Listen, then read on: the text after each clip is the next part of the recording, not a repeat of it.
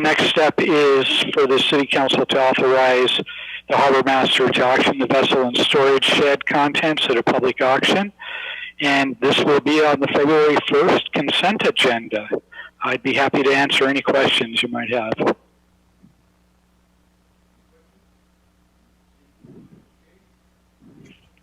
So thank you, Chris, for a good report. We've had to do that before, as you mentioned, and okay. Yep. Good luck on that. It's nice. Thank you. Nice to see that the boat is still floating.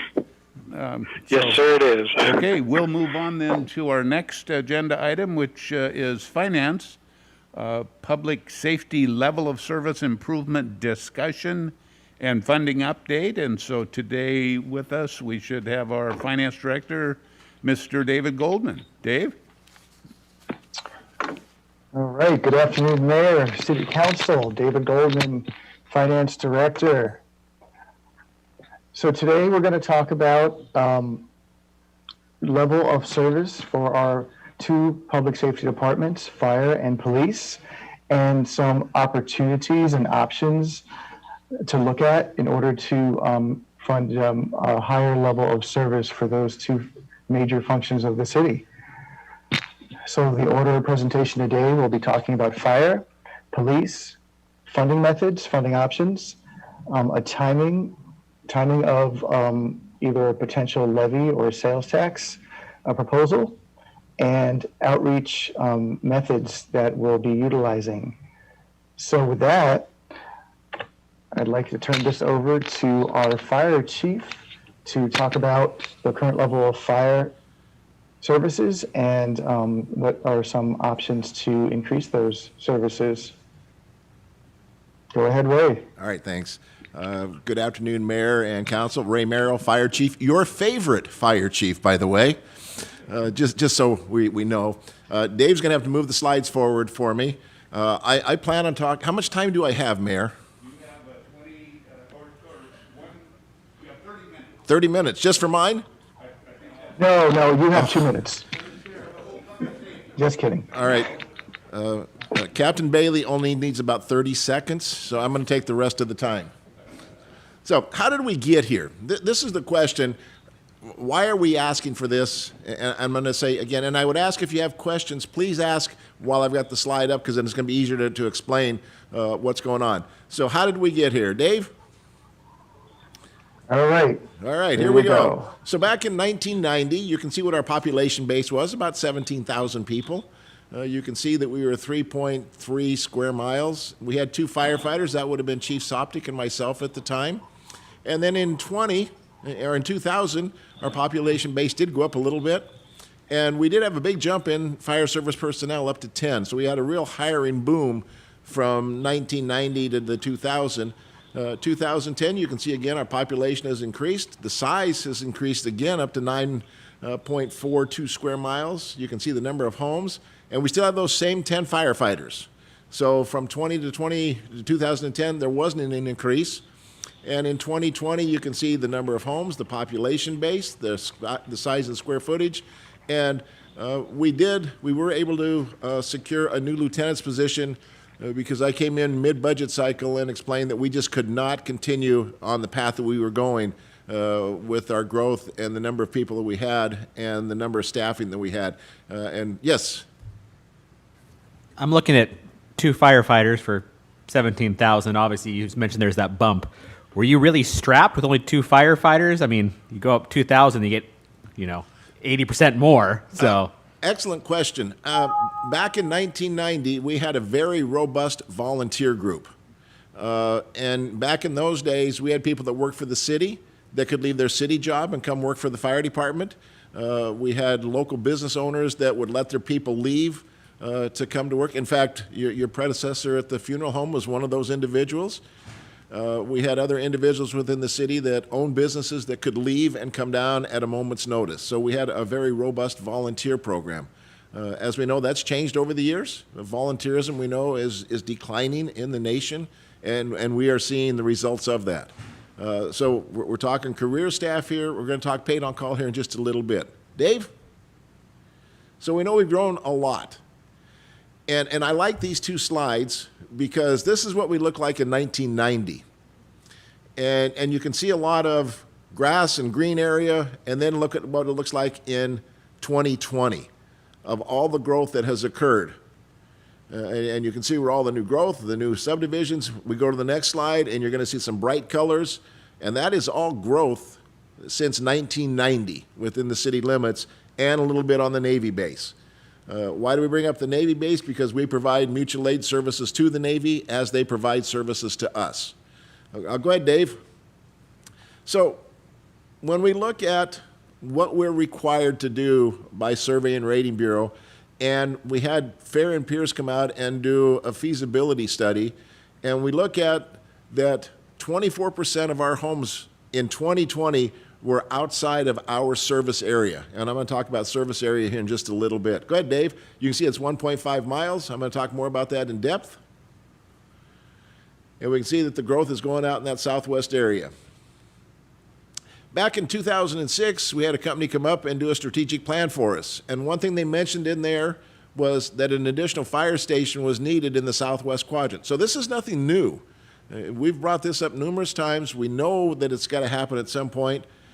We know that we started collecting some fire fees way back when, and we know that we didn't spend those fire fees soon enough, so we had to refund all that fire fee money that was collected back to the property owners. We gave back a little over $80,000 from that fire fee that we weren't able to utilize. Go ahead, Dave. And we know that since 2006, we have annexed 216 acres of land, give or take just a little bit. So we've done a lot of annexation, but we as the fire department have not grown to cover that annexation. So way back in 2006, they knew we needed to do something. 2016, we did our response analysis, and that 24% of our call volume is not within the 4-minute or 1.5-mile radius as established by Survey and Rating Bureau and NFPA 1710, which I'll talk about here just in a little bit. Go ahead, Dave. We know that our largest gap is in that southwest quadrant. We know the growth is going that direction. When Fair and Pierce did their survey, they came up with 4 potential sites in the southwest area. A couple of those sites have already been taken and sold and utilized by somebody else. And we know that that southwest station is going to be needed to meet the future response standards. And we know the growth's going out there. We know there's 500 new homes coming in here in the very near future that we're going to have to protect. Go ahead, Dave. So we're going to talk a little bit about ratings. What do these ratings mean? And we talk about response times, and this comes out of NFPA 1710, which says there's a state of normalcy. Everything is the way it's supposed to be. And then somebody finds out there's something wrong. There's an initiation and the discovery of the event. Then we start talking about alarm handling time and response time. So let's say an automatic fire alarm activates. That alarm goes to a central station. They have 90 seconds to process that alarm and send that information to our ICOM dispatch center. ICOM has 90 seconds to process that and dispatch it. So we're already behind by 3 minutes from the initiation of the alarm. Then we get our turnout time, what it takes us to turn out, to get into our gear, get into our apparatus, our travel time. And if you've ever been out on the highway on Friday afternoon at 4 o'clock, you know it's just a little backed up now and then. When we get to the scene, we have our intervention time and then control and mitigation. So we look at what our total response is from the time we get the call until we get on the scene that we're able to mitigate the hazard. There's parameters that we try to shoot for.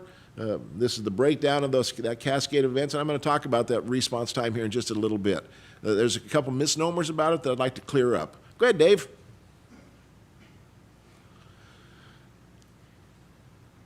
So Washington Survey and Rating Bureau rates the city. They like to do it every 5 years. The last time we were rated was back in 2013. And they are an independent agency that deals with the insurance agencies. And the intent is they're going to come out and evaluate us. They look at our equipment. We've got really good equipment. We really, really do. You come to the station, you look at our apparatus and our equipment, it's really good. There's no doubt about it. We look at fire department operations. We've got a great water system. The water department over the years has done a fabulous job boosting our water flow and our fire flow up to what we have today. Our 911 center is absolutely fantastic. We get very good ratings from 911. So we use all this stuff from Survey and Rating Bureau, and the insurance companies looks at that and they say, here's your rating. Go ahead, Dave. What we can control is the fire department operations. How do we make it better? So we're currently a class 4, which is a very good rating, 10 being the worst, 1 being the best. We were evaluated in 2013. We were shooting for a class 3, and we barely missed getting to it, so we remained a class 4. This slide comes from last year, and I said that in 2021, if we were re-rated then, we would likely drop to a 5, because we talked about fire department operations, and the biggest place we got hit was our response time, our travel distance, our 1.5 mile radius, and our lack of staffing. Those are all things that we can control. So we take a look at the standards. Go ahead, Dave. Go ahead and bring it on up. So in 2020, our average response time was 5 minutes and 54 seconds. Our turnout time was 2 minutes and 54 seconds, and that's an increase from the previous year. So why such a big increase? Why does that turnout time change? Well, we have 17% of our time we're having concurrent calls, which means our engine company is already out somewhere else. We get a second call, we have to wait for our paid-on-call staff to come in, or we send a vehicle out with just one person, or we call from mutual aid from the Navy, or we call from mutual aid from North Whidbey Fire and Rescue. That all plays a role into that response time. If we can't get out the door in that 80 seconds, and it takes 4 minutes for us to get out the door, that goes against our turnout time. Then we take a look at our incidents at 7 minutes and 15 seconds. According to NFPA 1710, which we have to follow, we should be able to get our travel time in 4 minutes or less. The council years ago established 4 minutes for medical, 5 minutes for fire, and as you can see, we don't meet the standards that we have established, and that at only 39% of our time are we compliant in our turnout time at 80 seconds or less. Medical, we're at 5 minutes and 9 seconds. Our travel time, 68% compliant. And again, for those same reasons, again, with multiple calls, or just the distance that we have to travel. Again, if we have to go from our station on Whidbey all the way out to Howard's Point, which is 3.5 miles away from our station, and drive through traffic at 4 o'clock on a Friday afternoon, we'll never hit our response time, ever. So growth is really impacting the service that we can provide. And when we look at this, 7 minutes and 15 seconds for the average for the entire city, yeah, we can go 2 blocks from the station in 30 seconds, but if you're waiting and your house is on fire and you live out on Sunnyside Boulevard and it takes 9 minutes to get there, those are some long, long 9 minutes to wait when you're watching your house burn. Go ahead, Dave. So again, we look at 1710. It says our first engine should arrive in scene 4 minutes or less, 90% of the time with an 80-second turnout time. Go ahead, Dave. And again, we're at 7 minutes and 15 seconds as of 2020. We may have seen it even go down in 2021. Go ahead, Dave. And I hope this picture loads. This is a really cool video to watch. This is a response time that we had in under 4 minutes at an apartment house complex last year. And take a look at the fire at 4 minutes when we got there. This is a 3-story apartment complex, and you notice the apartment complex to the east was on fire as well. So the main complex was on fire, the radiant heat ignited the second one. We responded with a 3-person engine company and a command officer to this. And you're going to watch, our guys did a fabulous job putting water on this thing. And you got to realize it takes time to stretch that hose line out, get connected to the hydrant, get the water supply going. You can see the water starting to flow here. Making a quick exterior attack on the building that's on fire. Fortunately, there were no major injuries. There were some minor injuries. The guy that lived in the very bottom apartment had some cuts and bruises and some scrapes getting him outside of the building. Looks like our video's buffering just a little bit, but you can see that they're making a quick attack from the outside, and then The rest of our crew has taken hose lines around to get in from the interior of the fire. We utilize mutual aid from NAS Whidbey and mutual aid from North Whidbey Fire and Rescue in order to attack this fire. He did swing around and was able to knock the fire out on the apartment just to the east and kept that as an exterior fire. But this was a 4-minute response time during the middle of the day. Imagine if this fire would have come in at 2 o'clock in the morning and we had a 7-minute response time. The outcome would have been totally different. Go ahead, Dave, let's move on. We had some buffering on that.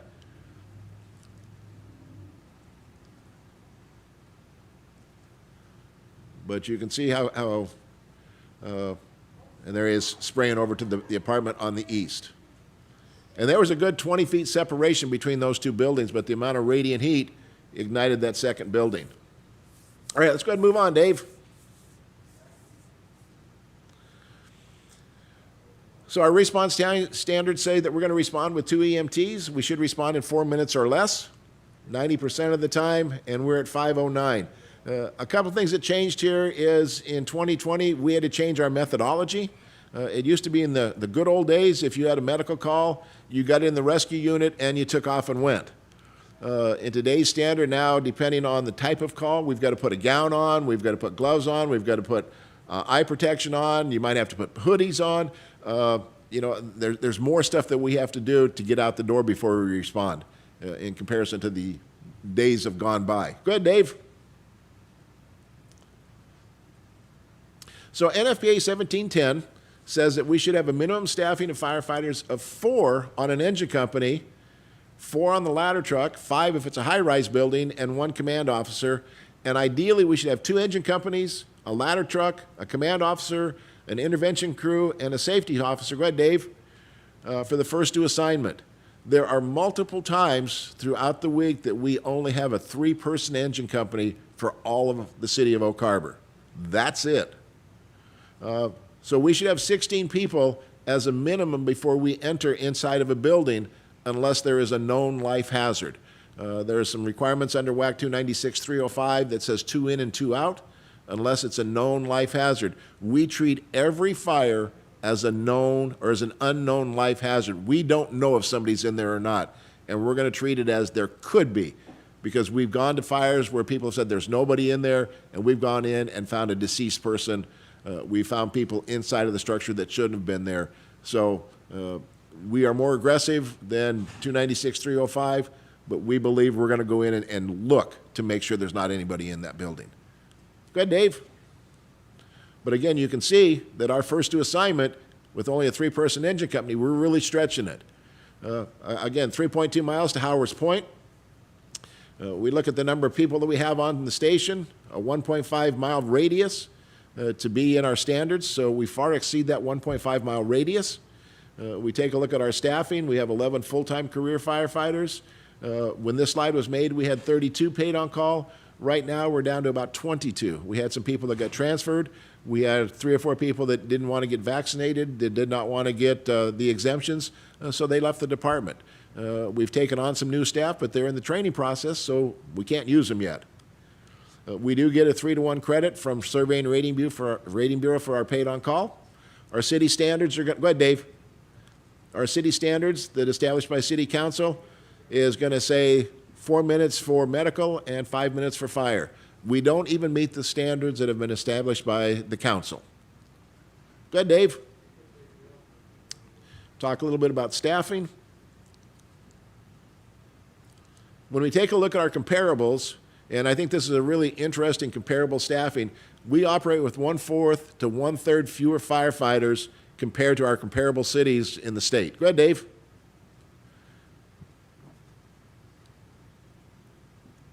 And we're waiting for this to load. So we have 11 full-time. Our comparables have 28. And go ahead, Dave. And when you break that down per 1,000, we run with 0.45 per 1,000 population compared to our comparables at 1.25 per 1,000 population. So we run really thin in comparison to the comparables that we utilize. Mr. Stuckey. Does this take into account volunteers and paid on call? This takes just into account our career staff. So do those comparable cities have more or less the same paid on call part-time? You have any idea? Burlington's got paid on call, Aberdeen's got volunteers, Anacortes just revised their paid on call program. So yes, we're comparing career to career, not paid on call to paid on call, because that number fluctuates so much. But most of these cities that you see up on the top do have volunteers and or paid on call as well. So we try to make it a one-to-one comparison. Go ahead, Dave. So when we take a look at minimum staffing, there are multiple days and or nights that we have 3 firefighters on and 1 command officer for the entire city of 23,000 people. If we've got a full staffing complement during the work week, we've got a command officer, we've got 4 firefighters on the engine company, and you notice that on that rescue truck, there's a chief fire officer and a deputy chief. So Mike and I are leaving our jobs to ride the rescue during the day if we need to, which is fine. And we will take command if we need to. Ideal staffing during the day, 7 days a week, would be the chief, deputy chief, a command officer, 4 on the engine, and 2 firefighters on the rescue. So we can put our firefighters where they need to be. And again, we talk about the minimum staffing of 16 before entering firefighting into interior structure firefighting. Go ahead, Dave. And I've already talked a little bit about our 32 paid on call, our 11 full-time career, 32 paid on call. We did just recently promote 1 person to a lieutenant's position because we got some ARPA funding, thanks to Mr. Goldman. He was able to provide that for us. So we have hired 1 additional firefighter that's going to start on March 1st. And you can see what our shift looks like, day shift and night shift. During the day, 7 to 7, a chief for command, a deputy chief for command, the training officer for command, a full-time captain that's on day shift, 2 firefighters, and a paid on call during the day shift. Now, just imagine, though, our captain is on a Kelly day or on a vacation day or on a sick day. One of our firefighters has to move up to fill that captain's position, which means now we're down to a 2 or 3 person crew once again. So far this month, we've had 8 days that we've had to cover overtime because 2 of our captains were out on COVID and 1 firefighter was out on COVID. So I've used a good third of my overtime budget for all of 22 in the month of January, and we're not done yet. And then our night shift, we've got 1 captain for command and 4 paid on-call firefighters, and that's on a good night if we have 4. Most of the time we're running 3. Go ahead, Dave.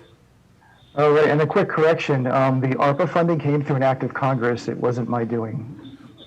But you gave it to me. You passed it along. That was a decision by the city council, but yes, I did provide them options and information, but yes, thank you.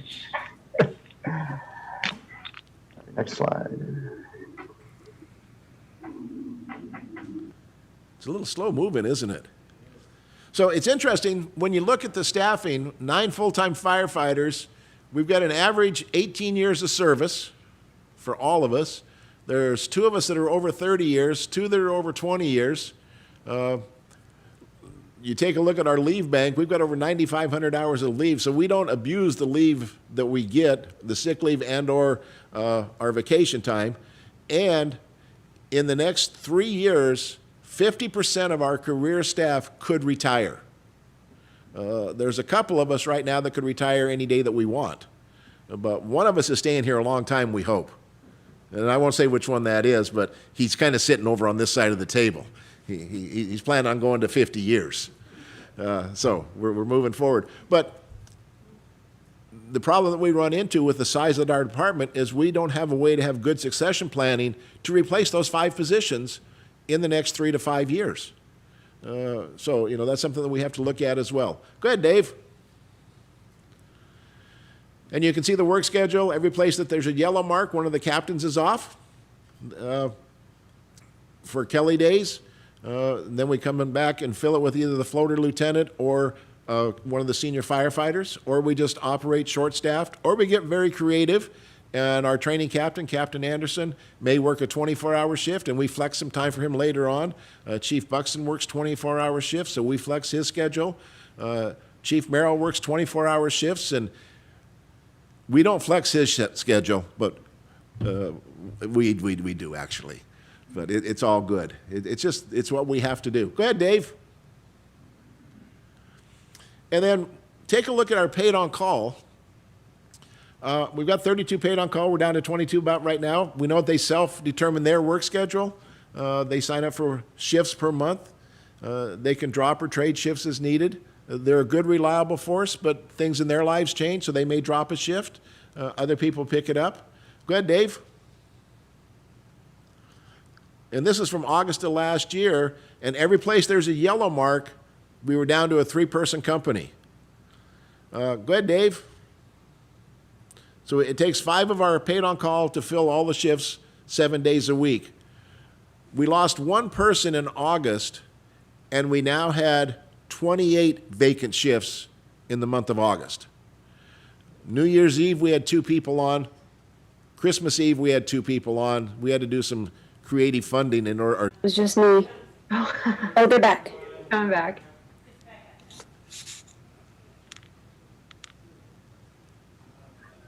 All right, let's reshare this if I can.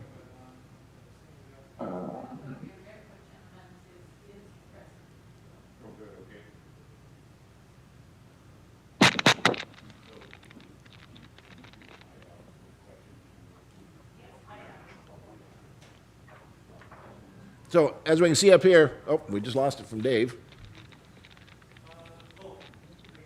Dave's picture had it up for a minute.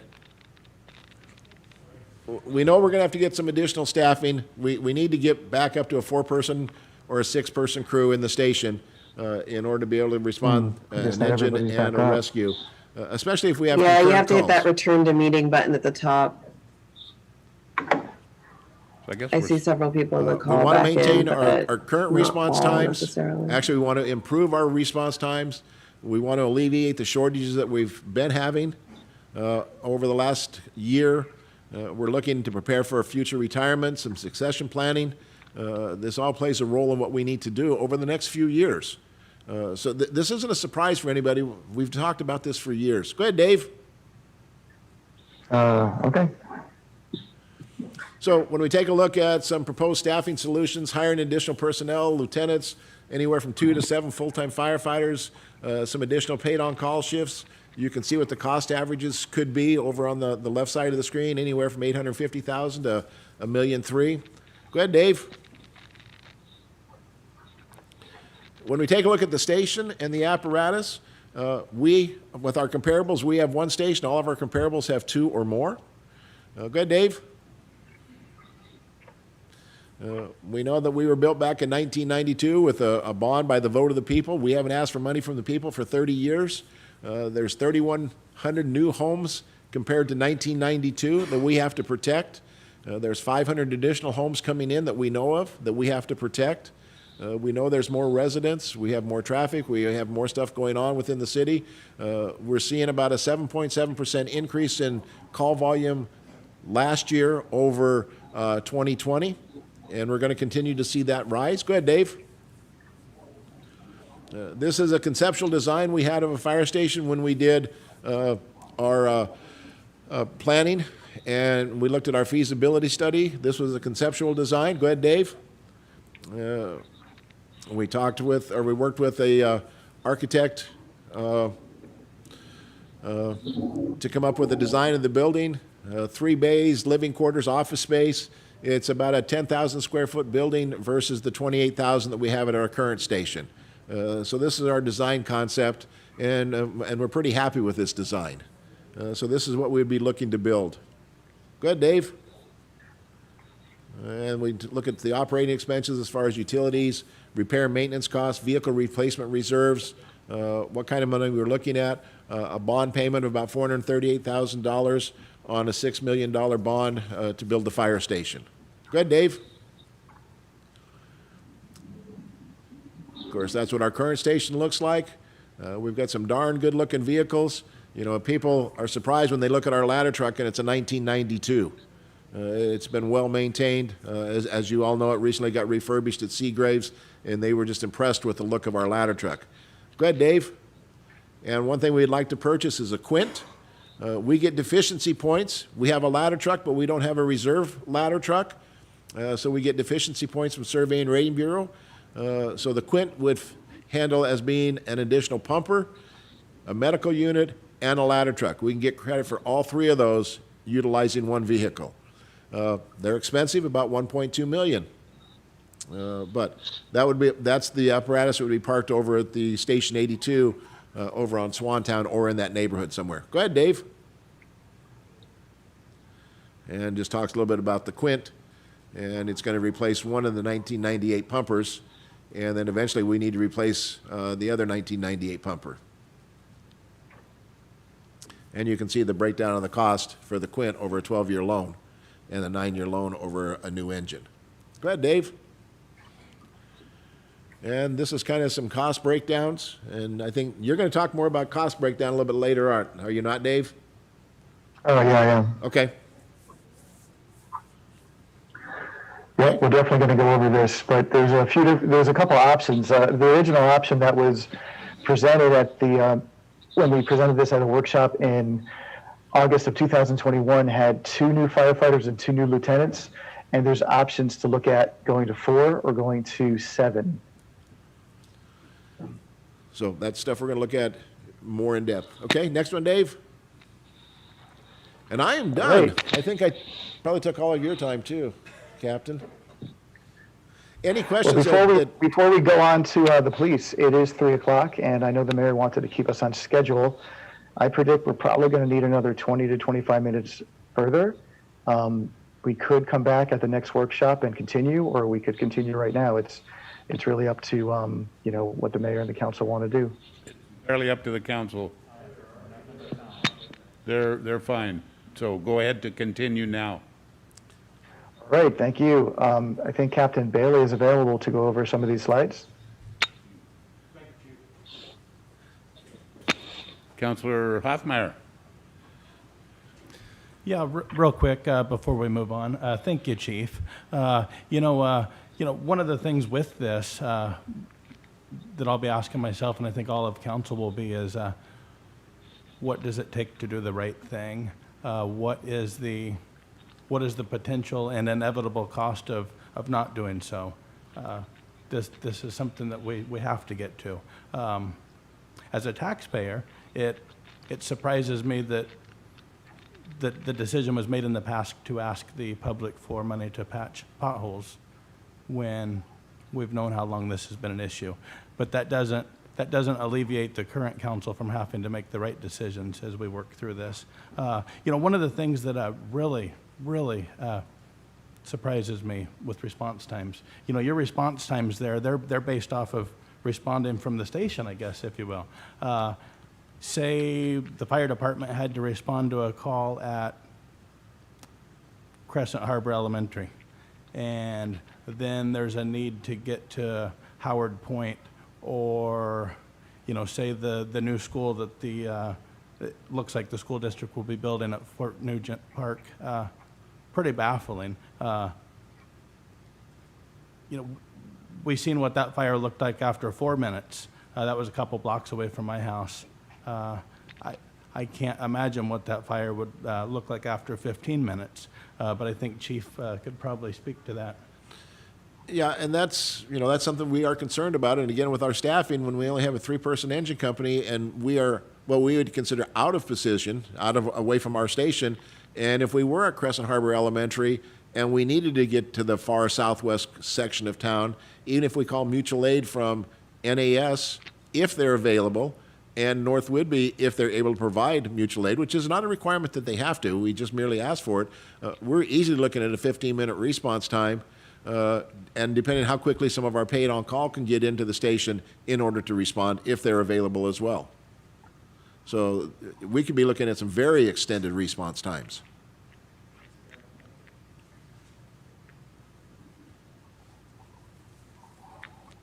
Okay, thank you, Chief. We'll just continue then with Mr. Goldman. Okay.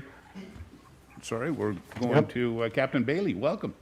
Captain Mike, here we go. Mayor and council, I'm here on behalf of the Oak Harbor Police Department for Chief Dresser. He's currently out of town on a prior engagement, looking at some important training equipment for the police department. So I'll go through about a half dozen slides. If there's any questions, then I'll answer.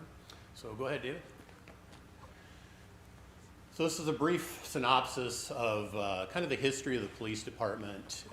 The police station was a small area located in the Oak Harbor City Hall. It used to be the City Hall back in the 1950s. Also ended up being part of it used to be where our jail currently is, and the training room area was the old fire station back in the late 50s. The police station consisted of a very small area attached to the fire hall, and a portion of that was used by the court to hold hearings. The location in these buildings are the foundation of the current police station and ICOM, who leases from the city. Back in the early 50s, it wasn't uncommon for the police chief to just respond from home and wouldn't even come into the office. Go ahead, David.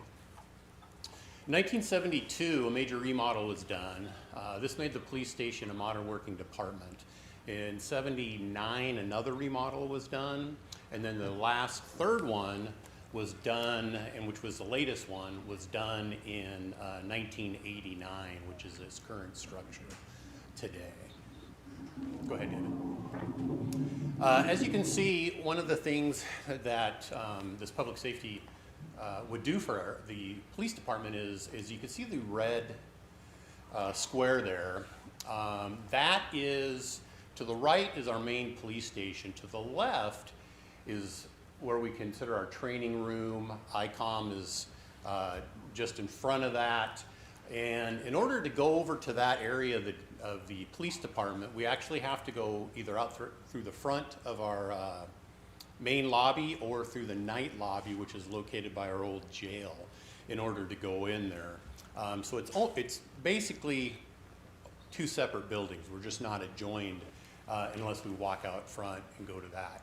Where the yellow square is, that is our old jail facility, and we'll have some pictures of the old jail and the space that we have back there that's just not being utilized because it's an old jail that we do not use. Go ahead, David. So this is the exterior up top of how it looks for the outside of the front of the police department. You can see the main on the left top picture is the main entrance into the police department. All the way to the left would be the night entrance, and then over even more, just outside the picture, is that other building that I was talking about that we use for our training. The bottom left picture is actually the interior of our night lobby entrance. That would be utilized when we had full-time jail staff and a jail. You know, we'd be releasing inmates through there, or people would come in to, you know, get inmates or do visitations with inmates in that space. To the right, on the jail interior in the middle, that is what we call our, at the time when we had a full jail in operation, it was called our control center. And inside that was basically all our booking stuff for the corrections officers to use at the time of the jail. And they would work from that particular area or workstation. To the bottom right, that's what we call our booking counter. And just beyond that, you see the two gray doors in the back next to the wood door there.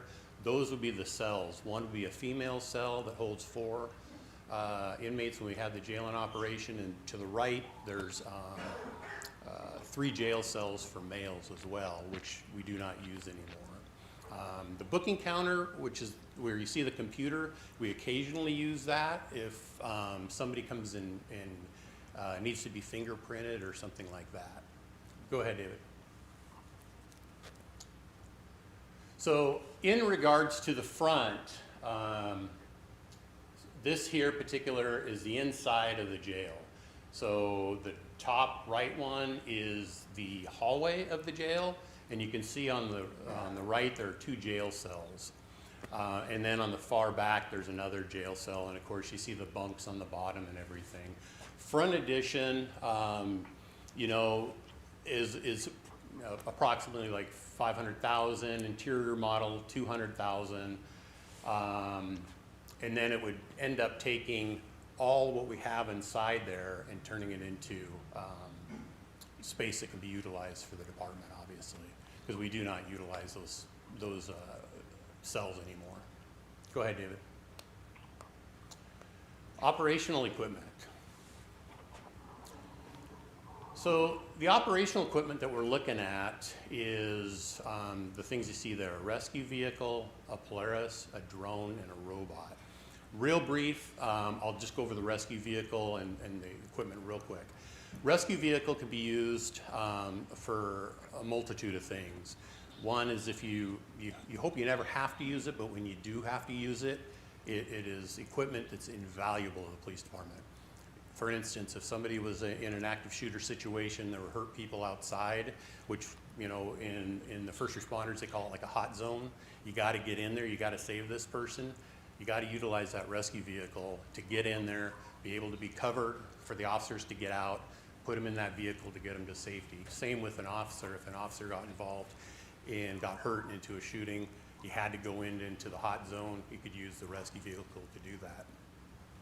The drone can be used for a multitude of things. You know, we had an armed robbery a couple of years back at one of the banks. It would have been ideal to use a drone because the person took off on foot, took off through apartment complexes, took off through woods. I mean, you name it, to where, you know, officer on foot can cover a certain amount of distances, but a drone can cover an awful lot in a short amount of time. And also, a drone can be definitely utilized with missing children. We do get calls from, you know, students of young children walking off campus, or, you know, they didn't show up at home, but they were walking this way. We could utilize a drone definitely to circle a bigger area and look for that particular missing child. The robot is something that the police department can definitely use on a multitude of things. One, if you have like a barricaded subject, maybe down the hall in a building, we know that somebody's down there, but we don't want to send any officers down there because, you know, it could put the officers in an extreme dangerous position, to where you could utilize a robot to go down, has a camera, you could sit back behind a, you know, cover and control the robot in order to see exactly what that particular suspect may be doing.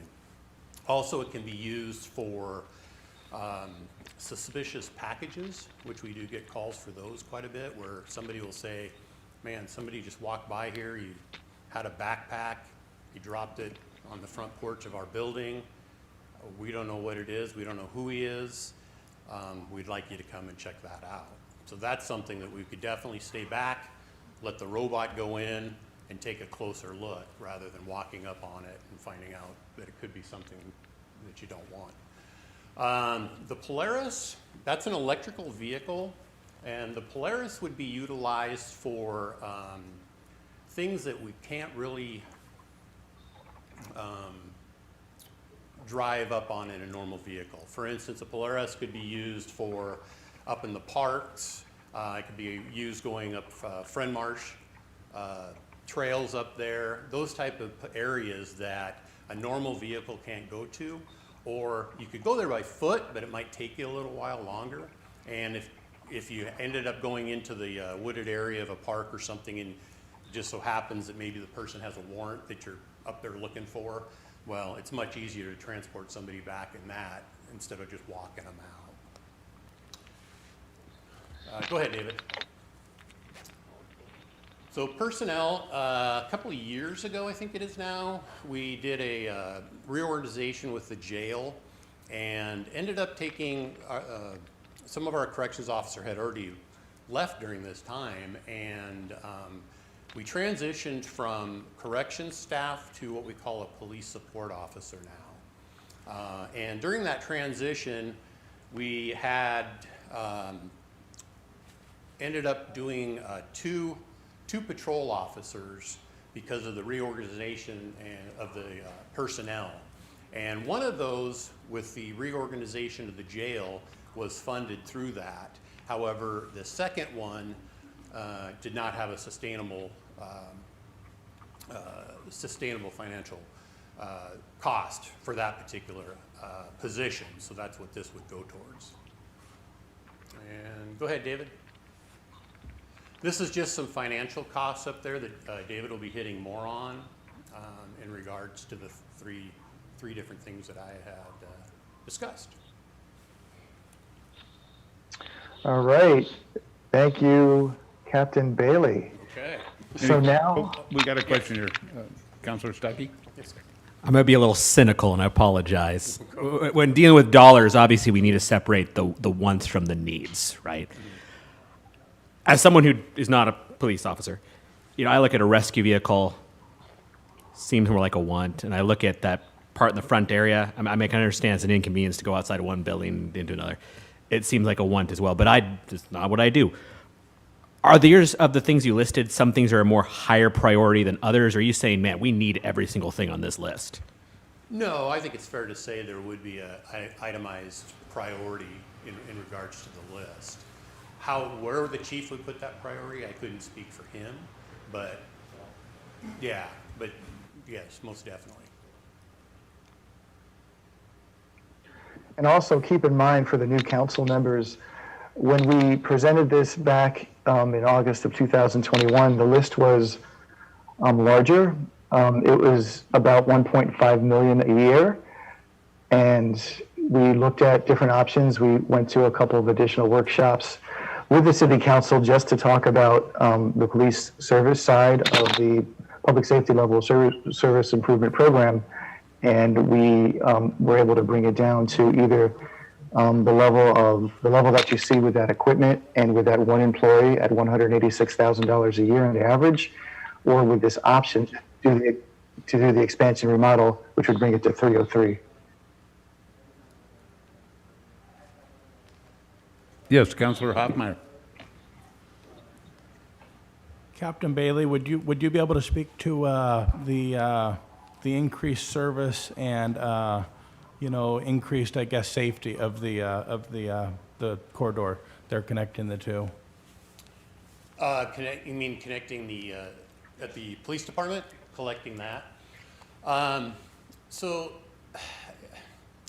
Interesting you mentioned that. We obviously, not too long ago, we just had a guy bust out one of our windows over at the police department. He was pounding on that night lobby door trying to get in for some odd reason. We had him on surveillance video. We were able to see that.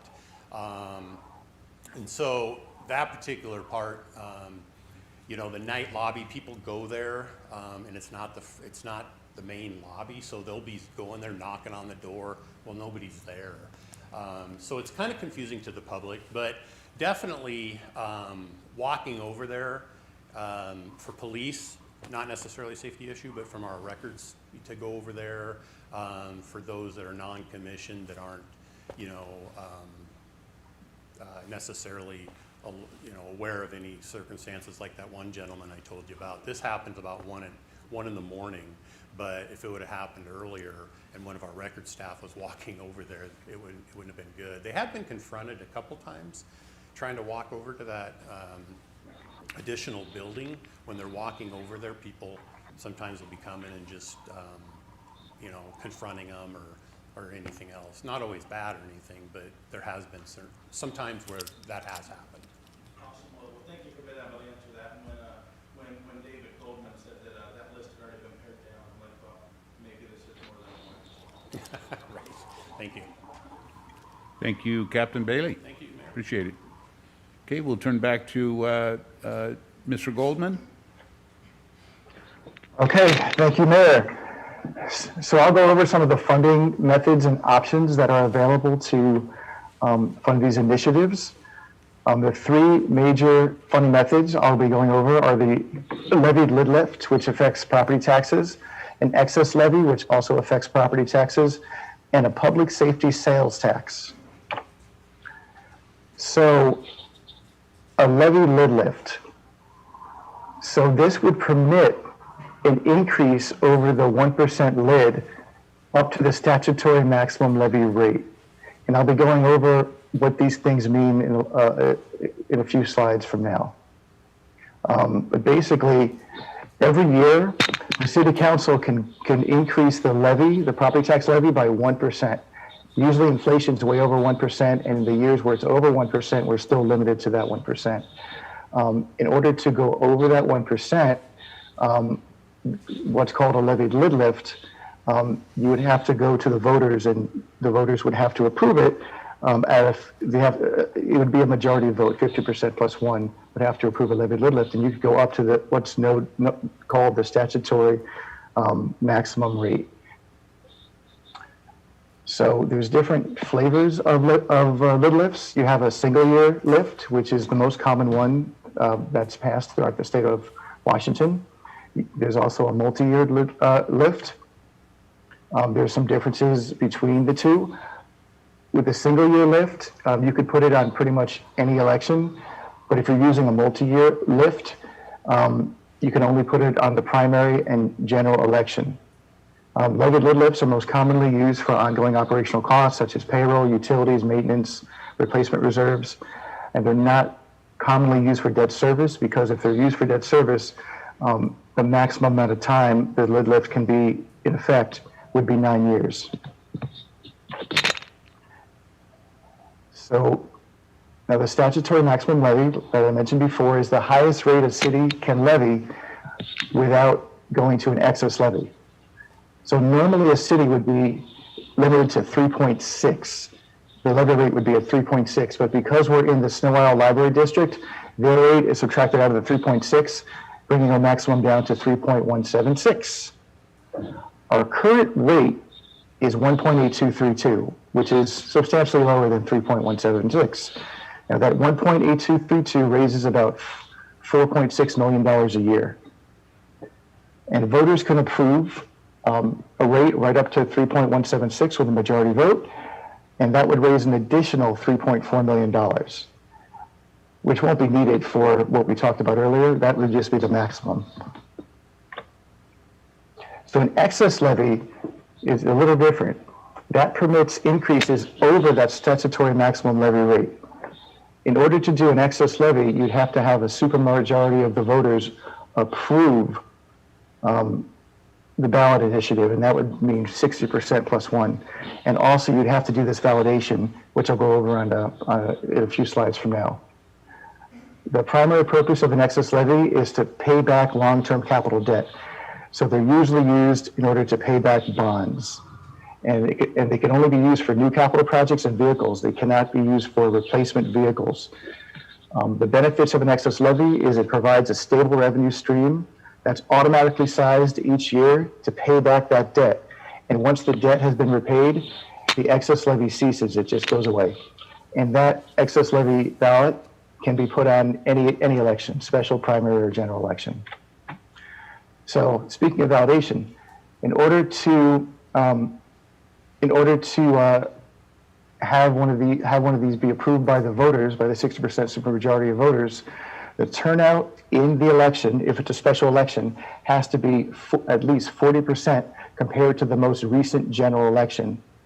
We went back in time over the last 10 years and took a look at what the turnout was for special elections compared to the previous general election. And in every one that we found, the turnout would have passed the validation test. The third option is a public safety sales tax. According to the RCW, 1/3 of revenues must be used for criminal justice or fire protection or both. This would have to be approved by city voters. It would be 1/10 of 1 cent or 0.1% sales tax. It would be shared. 1% would go to the state, and then the remainder, 85% would come to Oak Harbor, 50% would go to the county. And that would raise about $450,000 a year, which is less than the costs that we went over in the previous slides. In addition, the county voters can adopt the same sales tax, and that sales tax can go up to 0.3 of a cent. Now that must be shared based on a formula adopted by the state. 1% goes to the state, 60% would go to the county, and 40% would go to cities and towns based on a formula, based on a population-based formula. If the county adopted this, Oak Harbor would get, if they did a 1/10, would get about 500,000. If they did a 2/10, it would be $1 million, and if they did a 3/10, it would be 1.5. And a majority vote requirement is required in either a primary or a general election. So to recap, you have a levy lid lift. That's ideal for operating costs. You have an excess levy, which is ideal for debt service for long-term general obligation debt.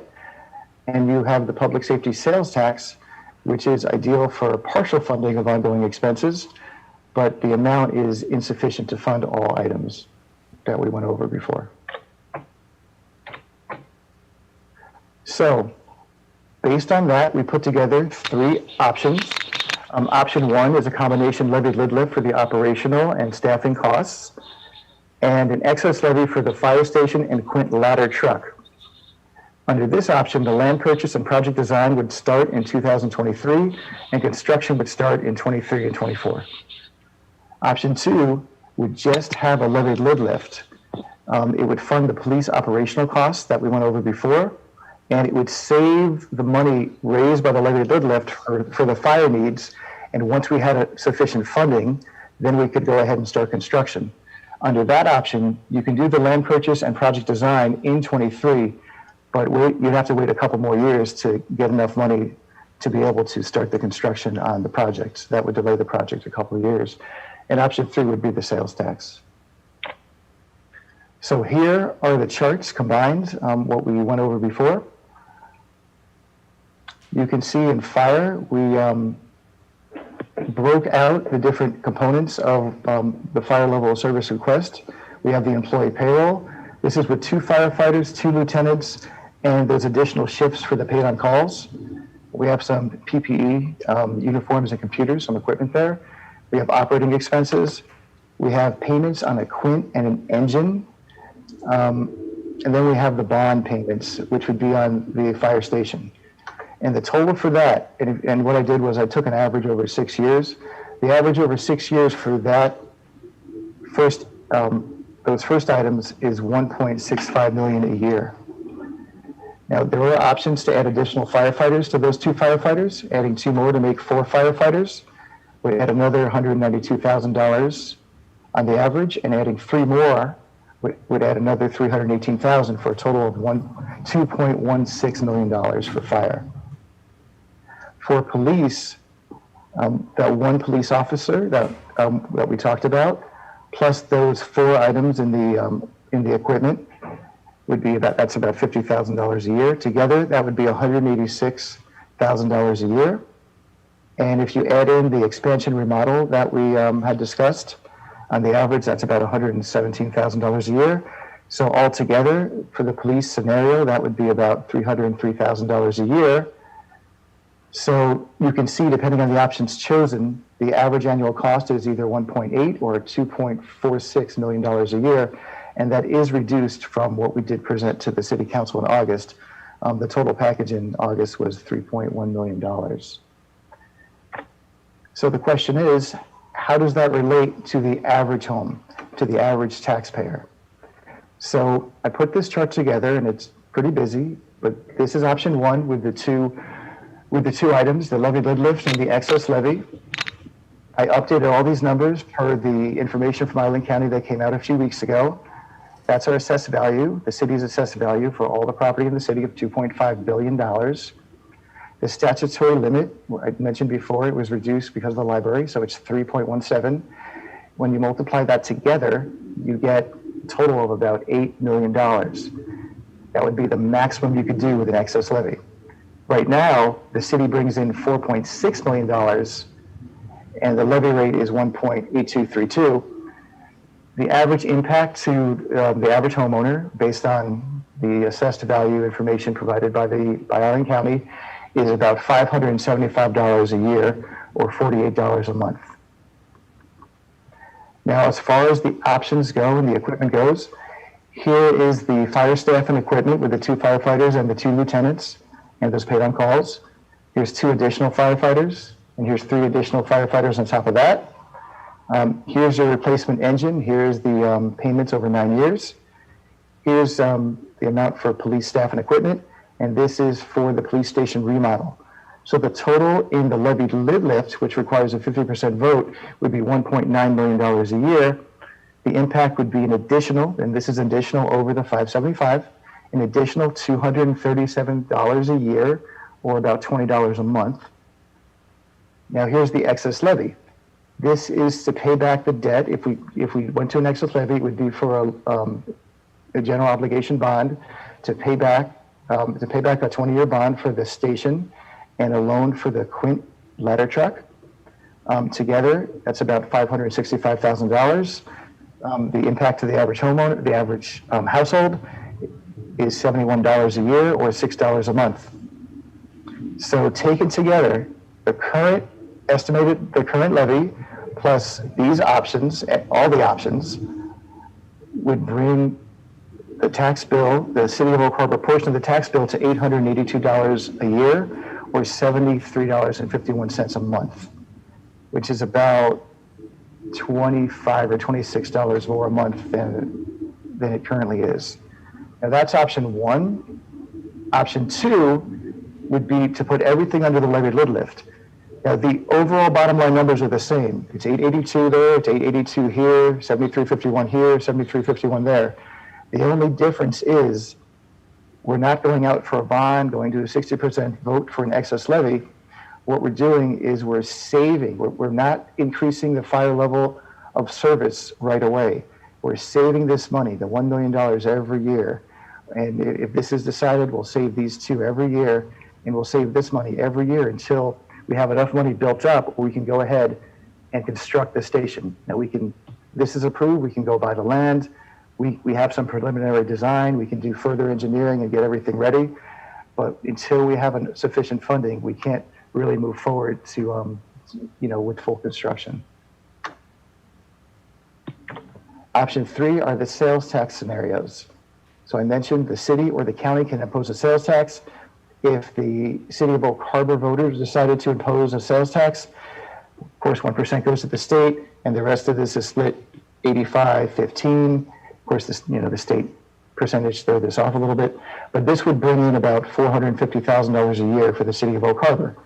If the county voters decided to impose the sales tax to the whole county, Oak Harbor's share would be about the same, or about $50,000 more than if our voters did it alone. But they can go up to 0.3. So if they decided to go to 0.2, this is the number. And if the voters decided to do a 0.3, this would be the approximate amount that the City of Oak Harbor would get from that sales tax. So are there any questions on any of the numbers or the levy lid lifts or the property taxes or anything before we move on to potential timing? Yes. Councilor Hoffmeyer has a question. It may be that I'm missing it here. Option three, when would construction be able to commence with option three? Well, if we did option three, and it would depend on the county voters, of course, but if the county voters approved a 0.3 cent sales tax, it would depend in part as to the option that the city council would choose here. Because if the city council says, let's go ahead and do this, let's not do these two these additional firefighters, let's do the police stuff, and let's stay for the station. I mean, you could see that the 1.5 million I just showed you is not enough. It's, the total is 2.5. If we cut some of this out, it would bring it down to 1.9, maybe one. It would just not be enough for the 1.5 million. Now, if we decided, if the county did that, they did the 1.5 million, and we funded the police right here at 300,000, you'd have another 1.2 million left over. You can save that. I mean, once we get to about $6 million, be about 5 years, maybe 4 or 5, maybe 6 years before you can go ahead and do the station under that scenario. Thank you, Dave. I have a question for Chief Merrill as well. You're the one that's there every day, right? You had mentioned the 500 new houses, and a school being built in the southwest quadrant. What does waiting another 4 years for a station look like? Does the ISO rating raise to 6? Does it raise beyond? And roughly, do you have any ballpark on how much that pushes up homeowners insurance, for instance? Good question. Probably could be a long answer, but I'll try to make it as brief as possible. every year that we push this out. Now, one thing I talked with, let me back up a little bit. I talked with Survey and Rating Bureau, and we were talking about if we went to a 5, which is the potential. And the gentleman that I spoke to, Daryl, said that he actually watched the video that I did to the council back in August, I believe it was. And he said, how'd you come up to that conclusion? And I told him that when we looked at what the requirements were in 2013, we haven't met their recommendations. We don't meet the ISO ratings. And I said that I would truly anticipate that we would potentially go to a 5, if not a 6, because of our travel distance, our response time, and our lack of staffing. And when I talked with insurance companies, they said going from a 4 to a 5 wouldn't be that detrimental. And I pause on the word that. It depends on which insurance company you talk to and whether or not they are a huge corporation and self-insured, if it's a homeowner's insurance. One insurance company I talked with says, well, it depends on your crime rate, it depends on your claim rate, it depends on claims that come in on an annual basis, all plays a role in fire insurance rating. A lot of them said if you go from a 4 to a 6, you could anticipate a 25% increase in your insurance rating. 4 to a 6 is a big jump. That's a detrimental jump. If we look at holding off onto 2025 or 2026 or even 2027, that's going to be detrimental as far as insurance rating go. When I talked to the guy at Survey and Rating Bureau, he said, well, what we could do and not impose your rating, and if you were going to go out for bonds and levies in November, we would wait and see what happened at the bond and levy time. If they passed, we would hold off on changing your rating until, if you even had to change, until after we saw what your plan was going to be. In essence, if we do nothing and nothing is to happen, then if we got rated at a 5 or a 6, then that would go into effect. If we passed a bond and a levy and we started construction and we started hiring people, they would take that into consideration before they would ever issue the finding as far as what the new rate is. And if they said that, hypothetically, if you were able to have enough career staff or staffing and you got your response times down, then we would not raise your rating from a 4 to a 6. We would keep it at the 4. So there are some give and takes in this. But I was surprised how workable Survey and Rating was going to be when we talked about our potential plan if this was to go to the voters in 2022 and if it got passed. If it doesn't pass, then whatever our rating is what it's going to be for the next 5 years, 5 to 7 years. So if we went from a 4 to a 6, potentially you could see that for the next 5 to 7 years until we're re-rated again.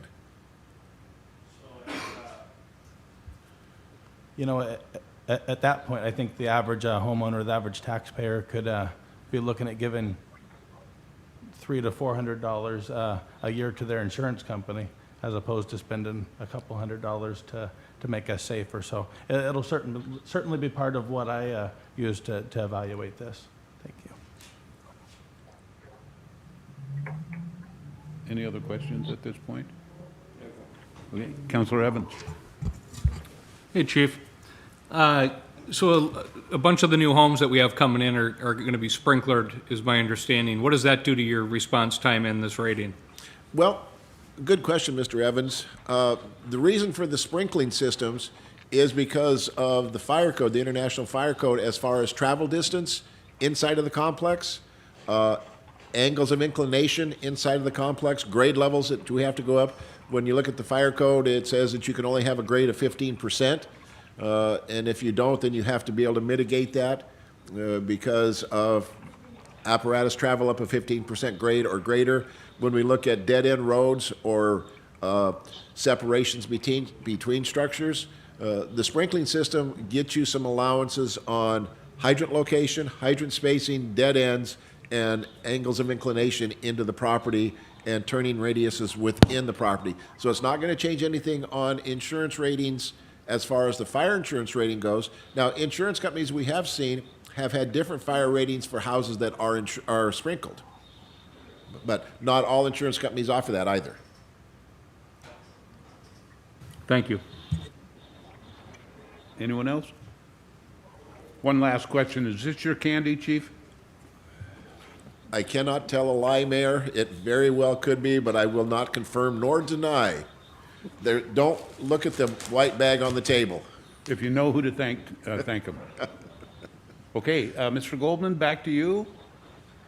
All right, so timing. So our experience with talking to a few other cities and actually working for a few other cities that went through public safety, levies and ballot initiatives shows that ensuring sufficient time for outreach, education, and feedback is essential so the public understands what they're voting for when time comes around for them to vote. So due to that, staff suggested that the 2022 general election be tentatively scheduled for the ballot measures. Any one of these different items, they could all go on a general election, so it wouldn't be an issue whichever one the city council decides to go with. Here's something I pulled from an MRSA guide. It's a guide from last year, so some of these dates may have passed, but you can see that there's a filing deadline. So for the 22 general, you'll see that August 2nd is the filing deadline. The election's November 8th, and then if it's approved, the funds will start coming in on April 1st. So that'll give us a decent amount of time to do the outreach and provide the information to the public. And actually, Sabrina's here to talk about a preliminary plan that we have set up to go ahead and focus on and talk to folks out in the community. So Sabrina, take it away. Thanks, David. Generally speaking, the plan is that we've been monitoring other communities, ones that we participated with, or ones that we're seeing happen, and seeing some different ways that we can engage with our audiences and using the tools that we have, as well as some additional measures to really engage with the audience and make them aware of the program. So I would be working closely with the team, and we would be developing content that would allow our local voters to know what they were voting for, why they should vote for it, and give them that information to look at. We are also, as you know, currently working on a website improvement, and so that will give us more feasibility in being able to connect with the audience as well and put that information on the front page of the website so they can access it in a much easier fashion. All right, thank you. Thank you again. So that's all we have for now. So I guess what we'll do is we'll ask the city council for maybe some thoughts on that November 8th election, and maybe some thoughts on if we think we should be doing the sales tax, or maybe the levy lid lift, or the combination levy lid lift excess levy, or maybe they just want us to provide more information and maybe a more specific, detailed presentation, so they can make a more informed decision. It's really up to the council to give us direction on where to go from here. So I know we've got at least one question here from Mr. Stuckey. So if I heard you correctly, you're hoping that this council today can give you some at least preliminary thoughts. That's what you're looking for at this point, Mr. Goldman? Correct. Okay. I'll turn to Councilor Stuckey. So certainly it sounds like a lot of this is needed and necessary. Of course, we got to look at both sides. And we always talk about affordability and affordable housing. And then with the exception of the sales tax, this is in direct opposition to affordable housing. You're talking about $73 more a month or so. My first question is, well, we don't want to keep kicking things down the road, as has always happened.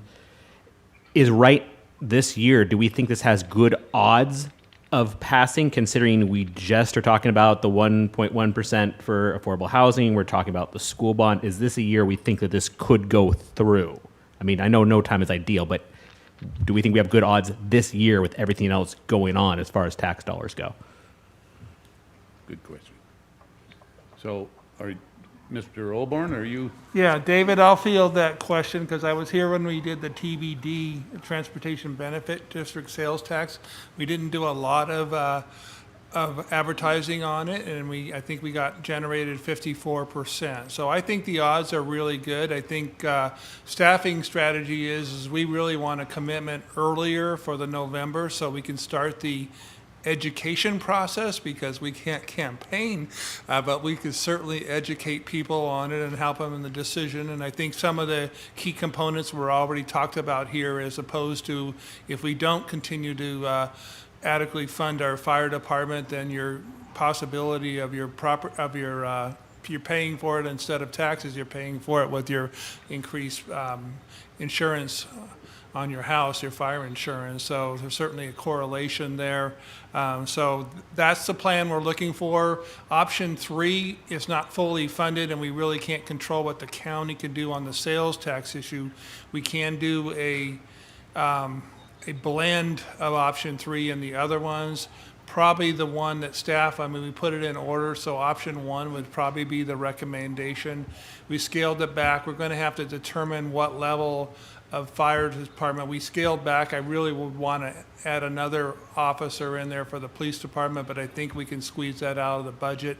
But we utilized fund balance for that last one, so I think it's really critical to stay at the same level to get secure funding for this. And I always talk about the pie issue because the chief hits me up and says, Blaine, I want 4 officers, I want 4 firefighters in the budget. And I'm thinking, well, if I don't grow the pie, how do I do that? We're not able to grow the pie with the 1%. So there's a natural evolution, and all our sister cities are all doing this in order to get by because they can't raise it at the level.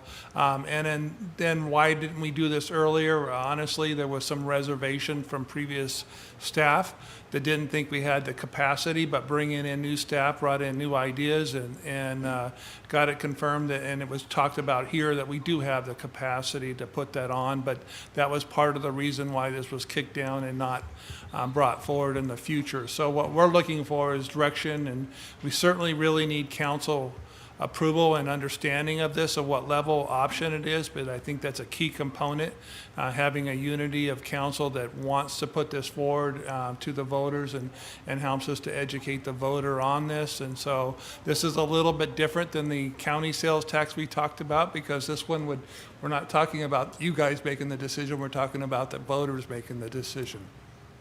And I like the idea of the vote. We can always ask. Voters can always say, no, it's not us, it's the voters, and I appreciate that.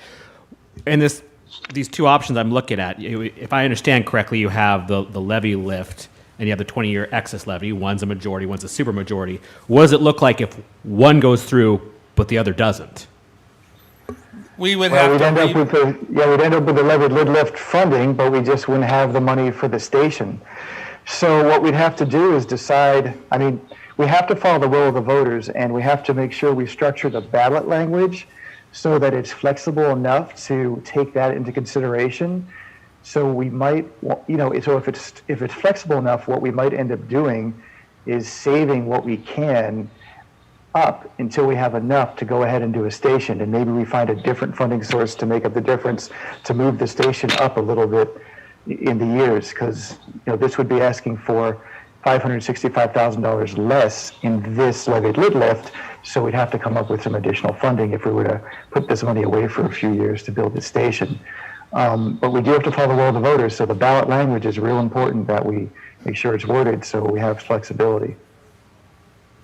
Thank you. Councilor Evans. Chief, I have a question for you from Mayor Pro Tem Munns. She inquires, what if we only hired more firefighters but waited on the station? Then the public would be paying for manpower and not have to pay for both of them right away. How would that affect you? Well, how do I best answer this one? It will not change our response times because the distance is still the same. We're still at 3.5 miles out to the furthest point out from our current location. The difference would be is we would have more staffing available, so if there was subsequent calls, we could at least get 2 vehicles out the door versus 1 today. So it is a benefit, but it doesn't necessarily address the entire problem, because the entire problem says that we've got that 1.5 mile radius that Survey and Rating Bureau and NFPA 1710 both recognize as our travel distance area.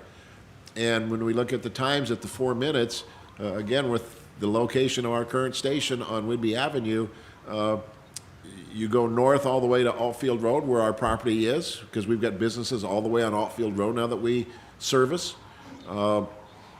We have a school out at Crescent Harbor that is within our boundaries that we take care of, and we respond to that. So we look at the distance that we would potentially have to travel.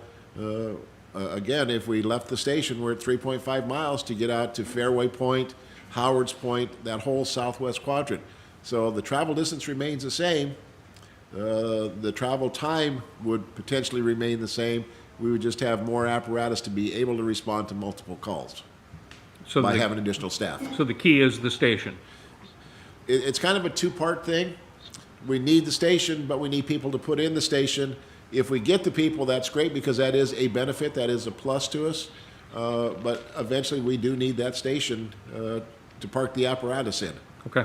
Thank you, Chief. You're welcome. Councillor Hoffmeyer? The last levy that I would have been involved in would have been 2018. That would have been for the pool, obviously. 75% support in city limits. Firemen are pretty universally loved. It will pass. You know, I'm only one of 6 right now, soon to be one of 7, right? My opinion would be it seems like option 1 would be our only option on the table. And I think it's very important that it's been mentioned several times that we're not sitting here raising taxes, we're sitting here putting it to a vote of the people. And I think that is a pretty good way to represent the public.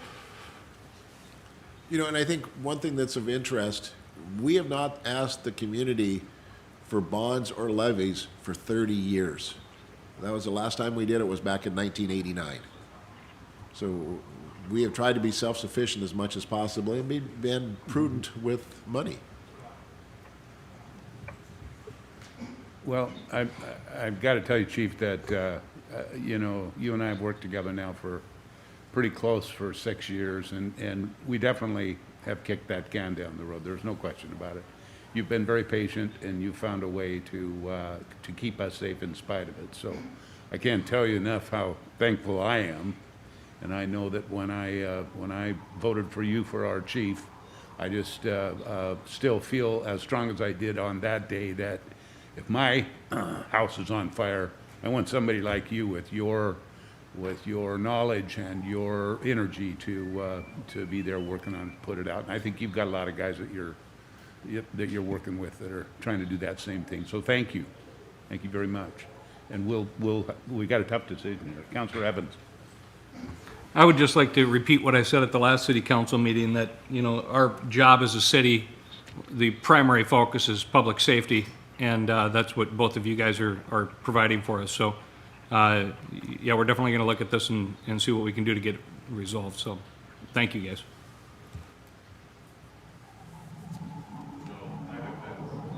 I don't know that we've answered your question, Mr. Goldman. I guess that, you know, we're still wanting to look at the numbers. I still will want to see, make sure I understand them myself too. So with that said, will we plan on bringing this to council at a particular meeting? And if so, when? We'll have to discuss that, whether we bring it up as an informational item at a regular council meeting or again at the next workshop. But Blaine did say, and I've experienced this myself working for other cities, the more time we have to get out to the public and educate them and provide them information as to what the current level of service is and what the potential of level of service could be and how that would affect them, how that would improve public safety. And also make sure they understand how also it would affect their pocketbook. You know, that would be beneficial, because if we wait until August and then decide to do it by that deadline, it doesn't really provide a whole lot of time to get out there and educate folks. One last thing. I think someone mentioned before that this will cost like $74 a month. Just so you know, there's a lot of numbers. It's kind of confusing when you first look at it. But right now, people are paying $48 a month, and everything, including these additional firefighters and some of the other options, everything, it will end up costing about $25.63 a month more than the 48. So, you know, it's about about 50% of what they currently pay. Thanks for clarifying that, too. That's helpful. Sure. Okay.